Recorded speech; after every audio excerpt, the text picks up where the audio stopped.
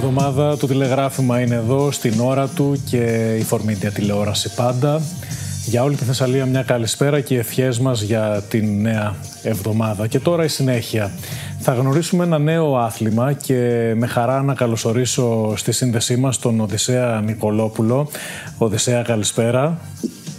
Καλησπέρα Αποστόλη, καλησπέρα και σε όλους τους τηλεθεατές που μας ακούνε. Ευχαριστούμε πάρα πολύ για αυτή την πρόσκληση σήμερα και είμαστε στη διάθεσή σας να πούμε ό,τι θέλουμε για αυτό το πραγματικά νέο και συναρπαστικό άθλημα που είναι το πάντελ.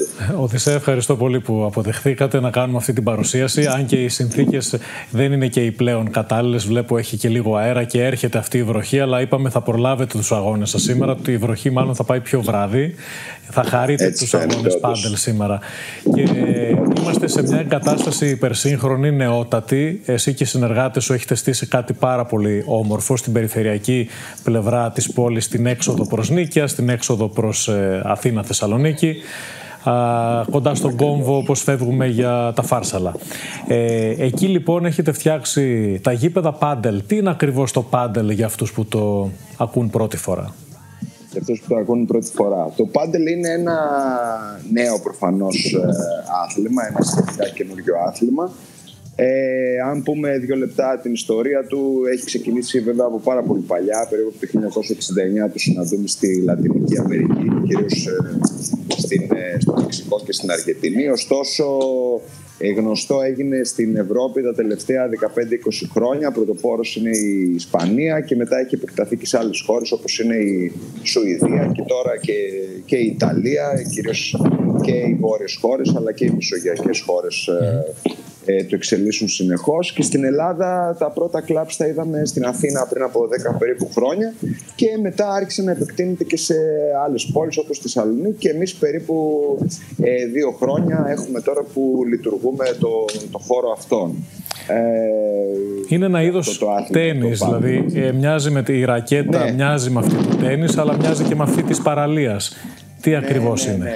Τώρα το πάντελ μπορούμε να πούμε συνοπτικά ότι είναι ένα άθλημα το οποίο συνδυάζει τα καλύτερα στοιχεία 3 αθλημάτων, του τένις, του σκουός και της ρακέτας θάλασσας. Είναι πραγματικά ένας φοβερός συνδυασμός αυτών των 3 αθλημάτων. Είναι ένα άθλημα που παίζεται με 4 παίχτες, παίζουν 2 εναντίον 2 και σε γενικές γραμμές είναι ένα άθλημα που εκτός από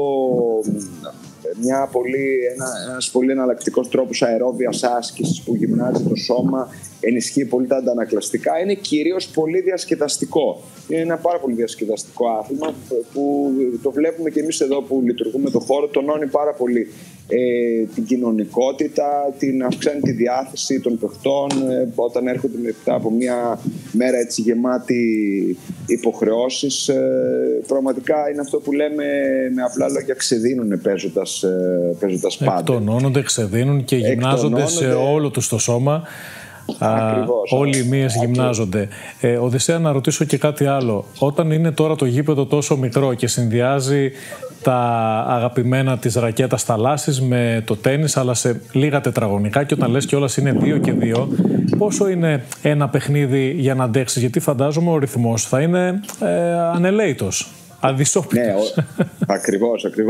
Ο ρυθμός, ειδικά για τους παίκτες που βρίσκονται σε πιο προχωρημένο στάδιο, πραγματικά μπορούν να παίξουν παιχνίδια πολύ υψηλού ρυθμού, με πόντους οι οποίοι είναι πολύ μεγάλης διάρκειας, και παρόλο που ίσως να φαίνεται με το μάτι μικρό, το γήπεδο είναι περίπου σε σχέση με το τένις, είναι περίπου στο 75% η διαστάση, δηλαδή δεν είναι και τόσο μακριά ας πούμε σε μέγεθος, αλλά είναι όλη η δομή και η λειτουργία του παιχνιδιού τέτοια, η οποία σε αυτό το χώρο και τους 4 παίκτες τους κρατάει διαρκώς σε εγρήγορση και σε μια διαρκή κίνηση πάνω κάτω, δεξιά αριστερά και με πολύ αυξημένα αντανακλαστικά τα οποία χρειάζονται κατά τη διάρκεια των πόντων. Τώρα στους καθημερινούς επισκέπτες, αυτούς που έχουν εντάξει το πάντελ στη ζωή τους σε μια εβδομαδιαία βάση, ας πούμε 2-3 φορές την εβδομάδα ως άσκηση. Ακριβώς. Και αν ανεβαίνουν επίπεδο μπορεί να συμμετέχουν και σε κάποια τουρνουά, όπως γίνεται παντού σε όλα τα αθλήματα. Υπάρχει παρέα που μπορεί να πει μια τετράδα, όπως είπες είναι 2 και 2. Να ξεκινήσουν να έρθουν σήμερα να πούνε γεια σας, δεν έχουμε ιδέα.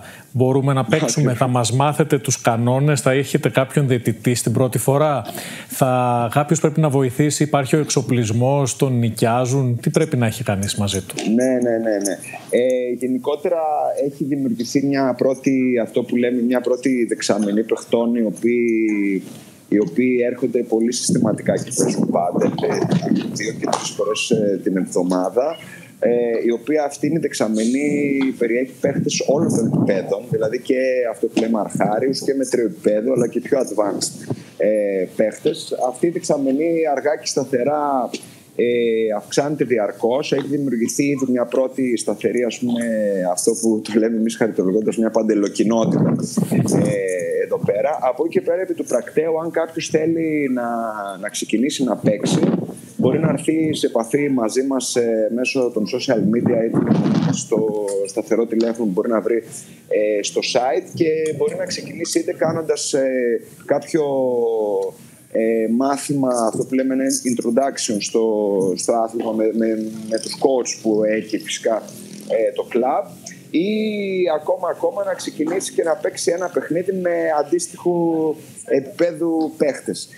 Εμείς μια από τις βασικές δουλειές του κλαμπ εδώ πέρα είναι να κανονίζουμε συνεχώς τετράδες να παίξουν παιχνίδια. Δηλαδή δεν είναι απαραίτητο κάποιος να μαζέψει από μόνο του 4 άτομα, είτε αυτός είτε με ένα φίλο του, μπορούν να κανονίσουν και να μας πάρουν τηλέφωνο και να τους βρούμε εμείς άλλους 2. Δηλαδή έχουμε ήδη διάφορες δεξαμενές παιχτών και συνεννόμαστε είτε μέσω των social media, είτε τρέχουν κάποιες ομάδες Viber, με τις οποίες ο κόσμος βλέπει παιχνίδια διαθέσιμα και δηλώνει διαθεσιμότητα.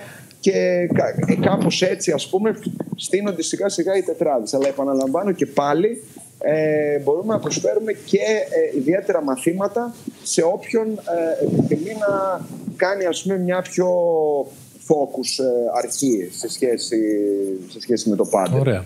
Μου έλεγες και σε συζητήσεις που έχουμε κάνει και από πέρυσι και πρόπερσι με διοργανώσεις που κάνετε έτσι όλη η ομάδα, ότι εκτός ότι υπάρχει και ένα ετήσιο μεγάλο τουρνουά που προσπαθείτε να φέρνετε στην κεντρική Ελλάδα και να συμμετέχουν όλοι, και σε πανελλήνιο επίπεδο νομίζω είναι αυτό, αλληλοστηρίζεστε και μεταξύ σας όλες οι εγκαταστάσεις. Υπάρχουν αρκετές στην κεντρική Ελλάδα και προσπαθείτε να ανεβάσετε το πάντελ, γιατί όλοι θα αυξήσετε αυτή τη δεξαμενή, όπως την αναφέρεις. Ακριβώς.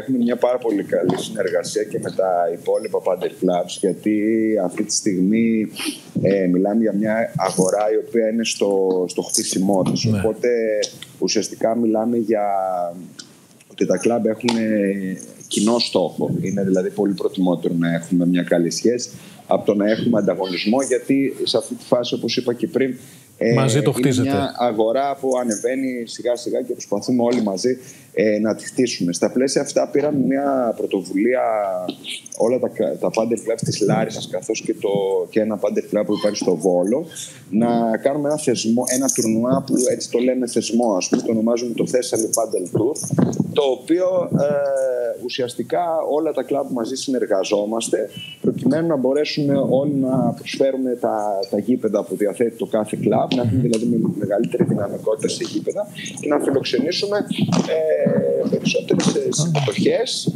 και επίσης με την συνολική και ομαδική δουλειά που γίνεται από όλα τα κλαμπ να μπορέσουμε να μπορέσει να υπάρξει αυτό που λέμε διείσδυση του αθλήματος περαιτέρω στην πόλη, και να το μάθουν όσο και περισσότεροι άνθρωποι μπορούν και να έρθουν να παίξουν. Τα κόστη είναι μεγάλα γενικά, είναι προσιτά γενικότερα αν κάποιος θέλει να αποκτήσει τον εξοπλισμό, ή έρχεται αυτό σταδιακά? Είναι όπως πάμε για σκι και άμα σου αρέσει το σκι, σιγά σιγά αποκτάς και τα πέδιλα και τις μπότες σου.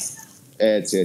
Το κλαμπ καταρχάς διαθέτει ρακέτες και μπαλάκια που είναι ο βασικός εξοπλισμός. Από εκεί και πέρα κάποιοι που αρχίζουν σιγά σιγά και μπαίνουν περισσότερο στο άθλημα μπορούν μετά να αναζητήσουν μια τεράστια γάμα από ρακέτες, από μπαλάκια, από